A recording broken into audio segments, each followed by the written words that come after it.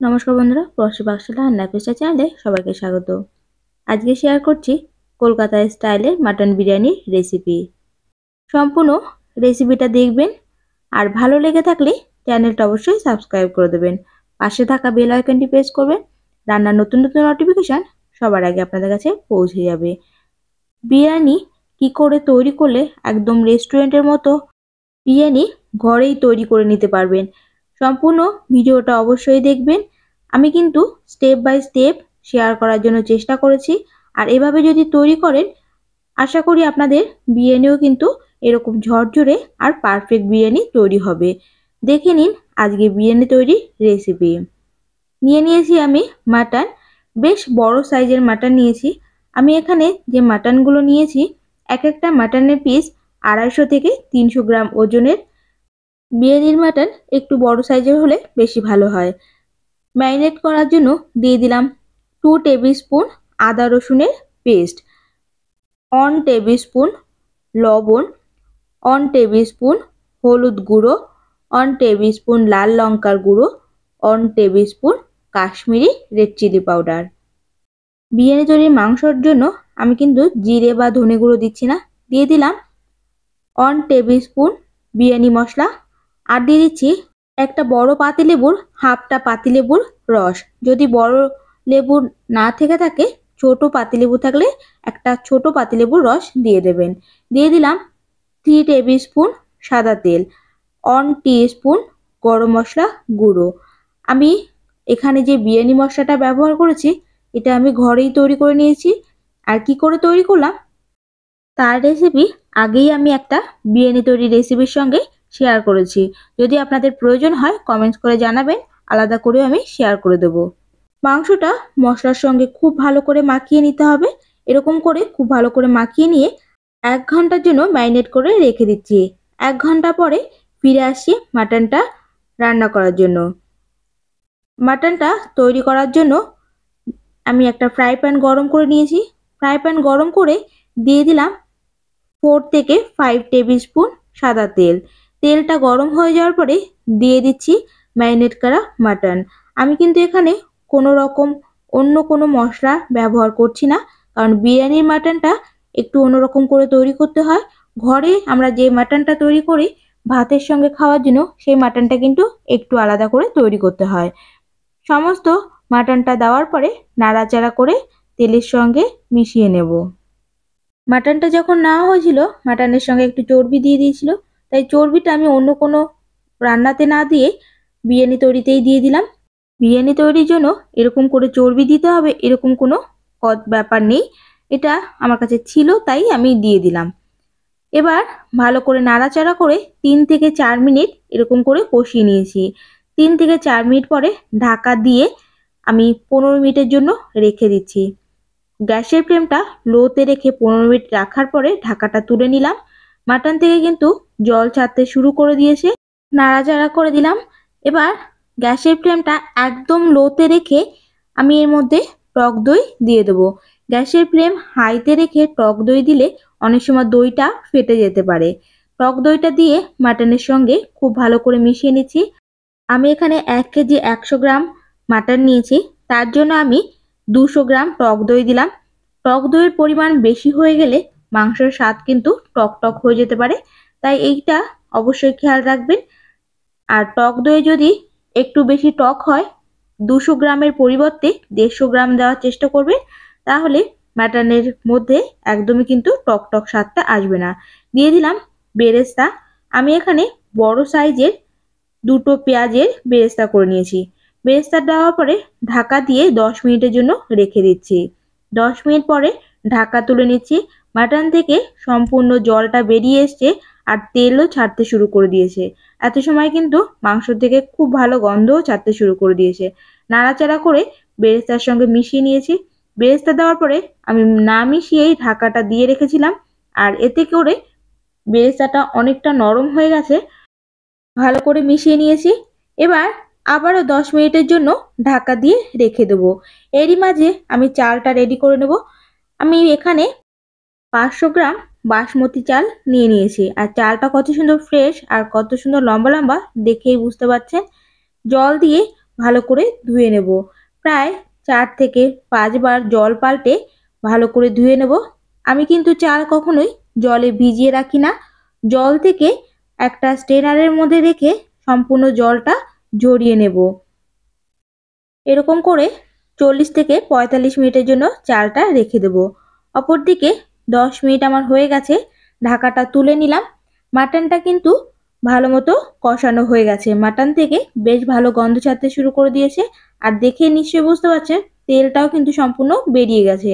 মাটনের ভিতর থেকে যে জলটা বেরিয়ে এসছে, জলটা টেনে যাওয়ার পরেই কিন্তু এত সুন্দর তেলটা বেরিয়ে এসছে, মানে মাটনটা সম্পূর্ণ কষানো হয়ে গেছে। এবার বিরিয়ানিতে যে আলুটা আমি দেব, আলুটা উপর থেকে দিয়ে দিলাম। আমি এখানে বেশ মিডিয়াম সাইজের আলু নিয়ে নিয়েছি, আর আলুগুলো আমি কেটে না দিয়ে গোটা গোটা রেখেছি।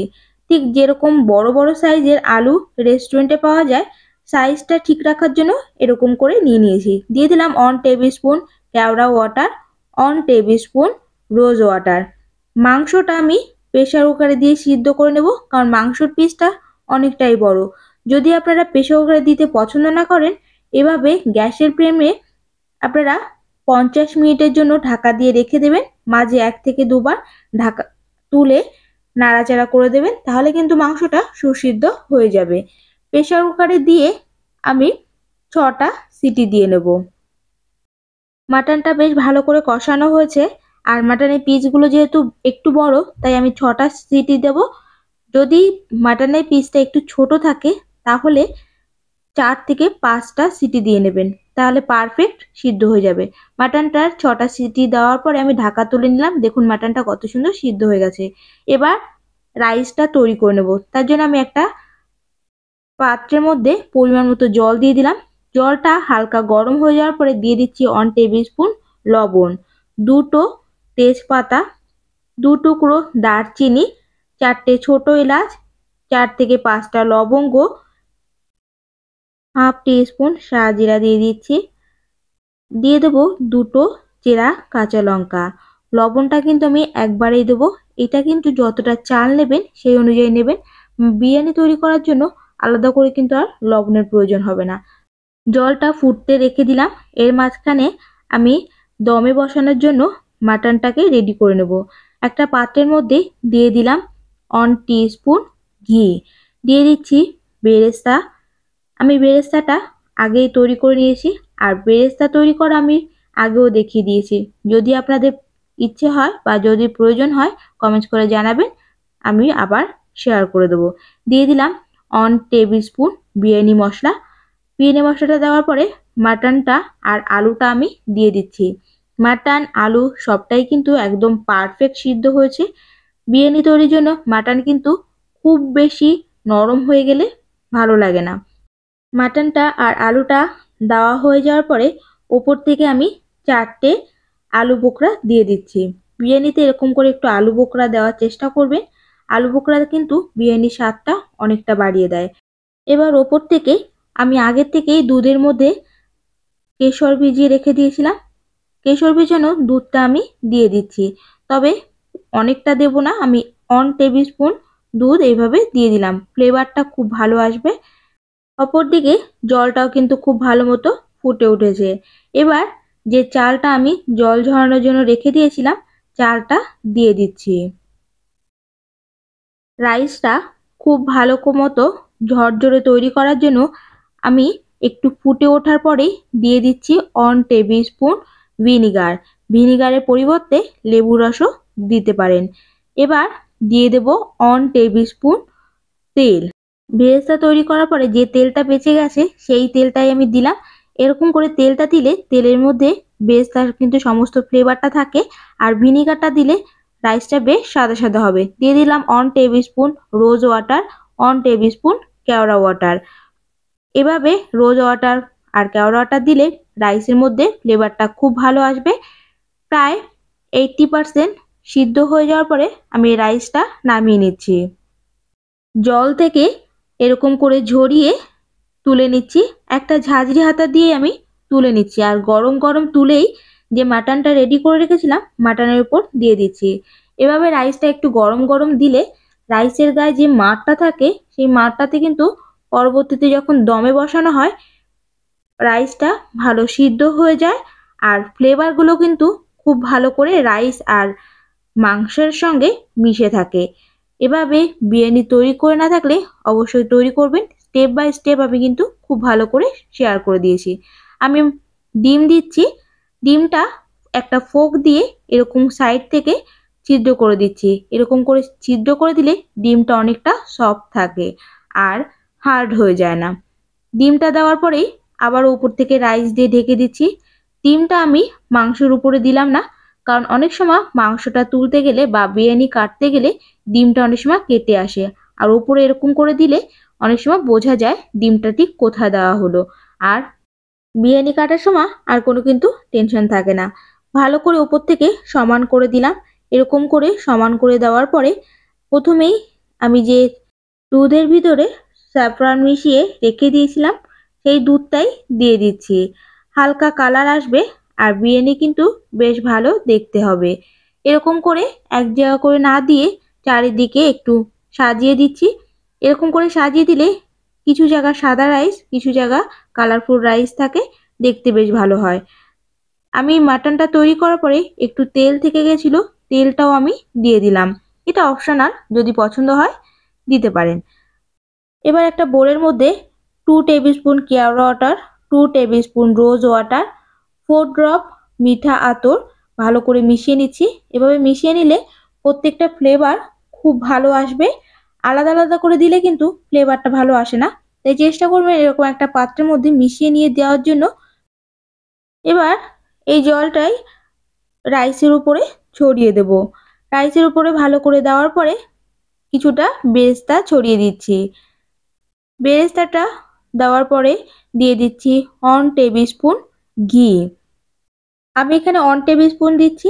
যদি আপনারা একটু বেশি তেল তেলে পছন্দ করেন তাহলে ঘির পরিমাণটা বাড়িয়ে দিতে পারেন।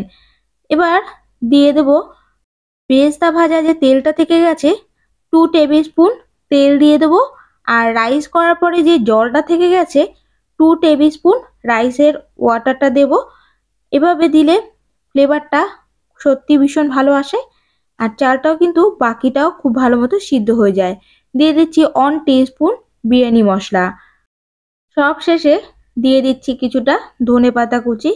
ধনেপাতা কুচিটা অপশনাল, যদি বিরিয়ানিতে ধনেপাতা কুচি এরকম পছন্দ হয় দিতে পারে। আমার কাছে বেশ ভালো লাগে তাই আমি দিলাম। এবার ঢাকাটা দিয়ে দেব। যদি আপনাদের কাছে ঢাকাটা এরকম চাপা না হয়ে নর্মাল হয় তাহলে অবশ্যই একটু আটা লাগিয়ে দেবেন, কিংবা একটা অ্যালুমিনিয়াম ফয়েল দিয়ে প্রথমে র্যাপ করে তারপরে দিতে পারেন। আমি যে ঢাকাটা নিয়েছি বেশ চাপা, তাই আমি এগুলো আর দিচ্ছি না। গ্যাসের ফ্লেমটা লোতে রেখে প্রথমেই আমি একটা তাওয়া আগেই গরম করে নিয়েছি। গরম করার পরে আমি হাঁড়িটা বসিয়ে দিলাম। এবার প্রথমে 5 মিনিট হাই ফ্লেমে দম দেব, তারপরে গ্যাসের ফ্লেমটা লোতে করে 15 মিনিট রেখে দেব। 15 মিনিট পরে ঢাকাটা তুলে ঢাকার মাঝে যে জলটা জমেছিল জলটা ঝরিয়ে দিয়ে আবারও ঢাকা দিয়ে 20 মিনিটের জন্য রেখে দিচ্ছি। 20 মিনিট পরে গরম গরম বিরিয়ানি সার্ভ করুন। আশা করি আজকের রেসিপি ভালো লেগেছে। আর বিরিয়ানিটা কত সুন্দর ঝরঝরে হয়েছে দেখে নিন। ডিমটা যেহেতু আমি মাঝখানে দিয়েছি তাই ডিমটা কোন পাশে আছে আমি কিন্তু খুব সহজেই বুঝে গেছি। এভাবে বিরিয়ানি তৈরি করলে একদিকে কালারফুল, অপরদিকে ফ্লেভারফুল, অপরদিকে ঝরঝরে, তিনটেই কিন্তু একসঙ্গে পেয়ে যাবেন আর একটা পারফেক্ট রেস্টুরেন্টের মতো বিরিয়ানি তৈরি হয়ে যাবে। আজকের রেসিপি কেমন লাগলো অবশ্যই জানাবেন। আর ভালো লেগে থাকলে ভিডিওতে একটি লাইক করবেন, কমেন্টস করে জানাবেন, বন্ধুদের মধ্যে শেয়ার করবেন। ছোট থেকে বড় সবাই কিন্তু বিরিয়ানি খেতে ভীষণ ভালোবাসে। আর সেটা যদি ঘরেই তৈরি করা হয় বিরিয়ানি কিন্তু আনলিমিটেড হয়ে যায়। রেস্টুরেন্টে অনেক সময় বিরিয়ানি খেতে খেতে শেষ হয়ে যায়, মনটাও খারাপ হয়ে যায়, কিন্তু ঘরে যদি তৈরি করা হয় নিজেদের মতো করে তৈরি করে নিতে পারবেন। আর কেমন লাগলো জানাতে কিন্তু একদম ভুলবেন না। সবাই ভালো থাকবেন, সুস্থ থাকবেন। দেখা হচ্ছে নতুন একটা রেসিপির সঙ্গে নতুন একটা ভিডিওতে। সবাইকে অনেক অনেক ধন্যবাদ।